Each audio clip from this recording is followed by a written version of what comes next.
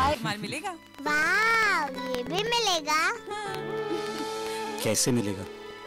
सोने का रेट तो बढ़ता ही जा रहा है और इसकी शादी तक क्या पता कहाँ पहुँचेगा। टेंशन मत लो, पीसी ज्वेलर की ज्वेल्स फॉर लेस स्कीम है ना, जिसमें 12 किश्तें देंगे हम और 2 किश्तें देंगे पीसीजे।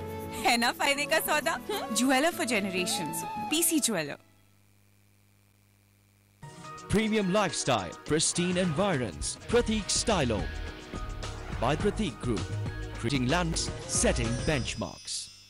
बढ़ता निर्माण, बढ़ता कल्याण, बढ़ती शिक्षा और सम्मान और बढ़ता है भारत। जब आप टैक्स चुकाते हैं, याद रखिए मार्च में समाप्त हो रहे महीने तिमाही के लिए केंद्रीय उत्पाद शुल्क और सेवा कर भुगतान की अंतिम तिथि 31 मार्च 2012 है। समय पर कर भुगतान करें, देश के विकास में योगदान करें।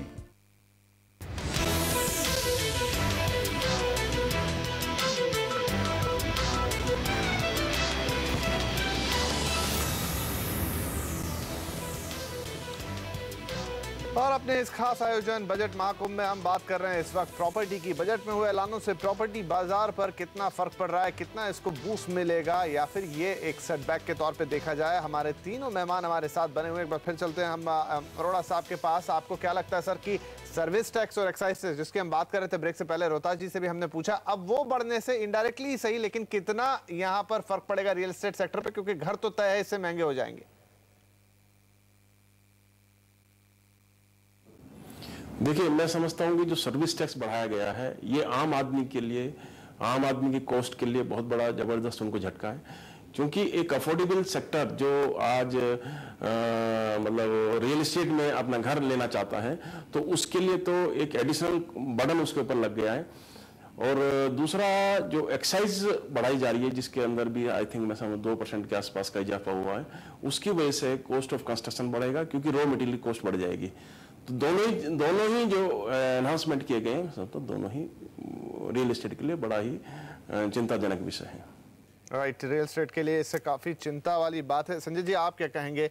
एक तरफ आपने सर्विस टैक्स बढ़ाया जो कि प्रॉपर्टी पर लग ही रहा है, पिछले साल से आप इसे इंट्रोड्यूस कर चुके हैं, साथ में एक्साइज बढ़ने से तमाम रॉ मटेरियल आपकी कॉस्ट ऑफ कंस्ट्रक्शन यहाँ पर बढ़ जाएगी, तो लेकिन उसके अगर एवज में देखा जाए कोई रियायत नहीं दी गई, तो क्या कहेंगे आप? ये गवर्नमेंट की एक मैथमेटिकल एक्सरसाइज है जो आप बजट में उन्होंने अपना एक तरफ डेफिसिट देख रहे हैं ओवरऑल जो बढ़ा हुआ है, और दूसरी तरफ देख रहे हैं कहाँ से हम ये जो चूज सकते हैं मार्केट से, ताकि हम अपना एक्सपेंडिचर को बैलेंस कर सकें। तो एक ये जो उन्होंने नज़रिया देखा है कि इसको 10% से 12% कर दे, वो गलत है। ऑलरेडी प्राइसेस बढ़ी हुई हैं, इन्फ्लेशन हाई है, जॉब मार्केट इतनी शक्तिशाली नहीं है कि आप हर कोई एम्प्लॉयड हो रहा है, और आने वाला वक्त भी इतना कोई रोज़ी नहीं है कि सरकार ऐसे चिन्ह दे रही हो कि तुम्हारा आने वाला वक्त बहुत ही अच्छा होगा, तुम्हारा भविष्य बहुत ही सुखदायी होगा।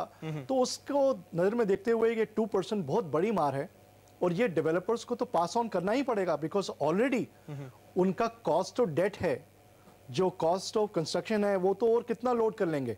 मार्केट्स कुछ हद तक वैसी ही दबी पड़ी हैं, वॉल्यूम्स कम है, अगर वो प्राइस को बढ़ाते हैं तो सेल नहीं होती।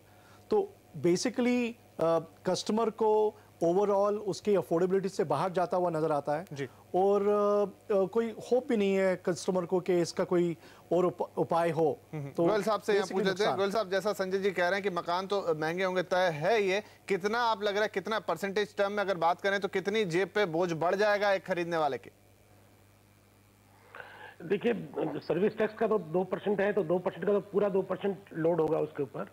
एक्साइज ड्यूटी में जो 2% है वो 2% एक्साइज ड्यूटी का जो लोड होगा, क्योंकि कंस्ट्रक्शन कॉस्ट को अगर मैं सेल प्राइस मान लीजिए एवरेज सेल प्राइस 2,500 रुपये मानता हूँ और कंस्ट्रक्शन कॉस्ट 1500 रुपये मानता हूँ, तो 1500 रुपये के ऊपर नहीं तो कम से कम 1000 रुपये के ऊपर 2% बढ़ जाएगा। तो ओवरऑल इसका जो एक्साइज ड्यूटी का जो इम्पैक्ट आएगा वो लेस देन 1%, समझ लीजिए 0.8% के करीब वो आएगा, और 2% सर्विस टैक्स का आएगा। तो टोटल इम्पैक्ट इंस्टेड ऑफ 4% करीब 2.8% का जो लोड फर्दर ये आएगा। लेकिन ये जो सरकार ने जो लोड बढ़ाया है, अपने डेफिसिट को कम करने के लिए बढ़ाया है, जो इस साल में करीब पौने 2 लाख करोड़ का जो डेफिसिट सरकार का है। सरकार को ये बात समझ में नहीं आ रही है कि इस डेफिसिट को कवर करने के लिए और बहुत सारे तरीके हैं जिन पे एक्सरसाइज मेरे ख्याल में नहीं की गई है। एक्सरसाइज सिर्फ उसी चीज पे की गई है जिस चीज में जो बेसिक नेसेसिटी है, एक सिटीजन की जो बेसिक नेसेसिटी है, जो एक रोटी कपड़ा और मकान की जो बेसिक नेसेसिटी है, जो मकान के ऊपर जो इन्होंने जो डाला है, जो भी फर्स्ट यूजर जो है, पहली बार जो मकान खरीदने वाला उसके लिए यहाँ महंगा हो जाने वाला है, ये लोड डालना बिल्कुल बिल्कुल यहाँ पर उसके लिए महंगा कर रहे हैं। संजय जी भी कुछ रिएक्शन देना चाह रहे हैं। संजय, मैं बिल्कुल सहमत हूं। मैं ये कह रहा हूं कि जिस तरीके से सेंट्रल गवर्नमेंट ने अपनी कमियों को पूरा करने के लिए ये एडिशनल बर्डन डाल दिया है, अब आप स्टेट गवर्नमेंट्स को दे लीजिए। पूरी कंट्री में जो एक रेवेन्यू आता है स्टैम्प ड्यूटी रजिस्ट्रेशन डिपार्टमेंट से, वो सबको मालूम है वो कम हो गया है। महाराष्ट्र सरकार का एग्जाम्पल लीजिए, 9,000 करोड़ के आसपास इनको तकरीबन मिलता है, जो अब 6,000 करोड़ मिलता है जी। वो 3,000 करोड़ को पूरा करने के लिए अब वो भी शायद स्टैम्प ड्यूटी बढ़ा दें और वो भी एक एडिशनल बर्डन डाल दें आम आदमी के ऊपर। तो ये क्या भविष्य है इस सेक्टर का और इस देश की? तो हर तरफ से यही हो रहा है कि मकान की जो कीमत है उसको लगातार बढ़ने का यहाँ पे संकेत आ रहा है। और फिर ये बड़ी बड़ी स्पीचेस देते हैं जाके कि हम आम आदमी की चिंता कर रहे हैं। जी जी, चलिए, तो यहाँ पर शायद आपके लिए घर की कीमत तो बढ़ सकती है, लेकिन इस बीच यहाँ पर हम आपको बता दें कि आपके लिए लगातार हम हर घंटे आपको कुछ राहत देने के लिए एक प्रश्न पूछ रहे हैं। जैसा हमने आपसे कहा था कि न्यूनतम दर यहाँ पर टैक्स की कितनी आपके लिए कर दी गई है, वो आपको बताना है। तो आपके लिए 3 ऑप्शन थे यहाँ पर, आपके टीवी स्क्रीन पर अभी ये ऑप्शन आएंगे। देश में इनकम टैक्स की न्यूनतम दर वो क्या है? 20%, बी 10% या सी 30%। फटाफट अपने मोबाइल को निकालिए, मैसेज बॉक्स में जाइए और वहां पर SMS BM के टाइप कीजिए, 6 लिखिए, ABC जो ऑप्शन आपको सही लगे 51818 पर भेज दीजिए। अगर आप किस्मत वाले रहे तो आपको मिलेगा माइक्रोमैक्स का एक मोबाइल फोन। बहरहाल अब वक्त थोड़ा कम है, फटाफट हम अपनी इस चर्चा का कंक्लूजन निकाल लेते हैं। अरोड़ा साहब, आप इस बजट को किस तरह से रेट करेंगे अगर मैं आपको कहूं कि हाँ अब एक कंक्लूड हमें करना है? देखिए, आम आदमी जिसको घर चाहिए, आज हमारे इंडिया में घरों की जो आवश्यकता है, खासतौर से अफोर्डेबल सेक्टर की जो रिक्वायरमेंट है, उसको एक बढ़ावा देने के लिए जो उम्मीदें रियल इस्टेट को थी, रियल इस्टेट डेवलपर्स को थी, रियल इस्टेट इंडस्ट्री को थी, उसमें से कुछ भी पूरी नहीं हुई है।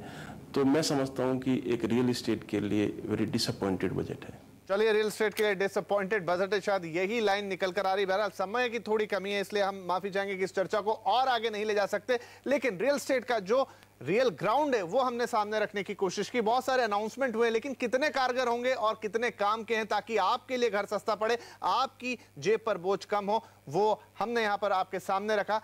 इसी के साथ हमारे तीनों मेहमानों का बहुत शुक्रिया इस चर्चा में शामिल होने के लिए। लेकिन बजट महाकुंभ लगातार जारी है CNBC आवाज पर, आप देखते रहिए क्योंकि और कई अनसुलझे सवालों के जवाब आपके सामने आने वाले।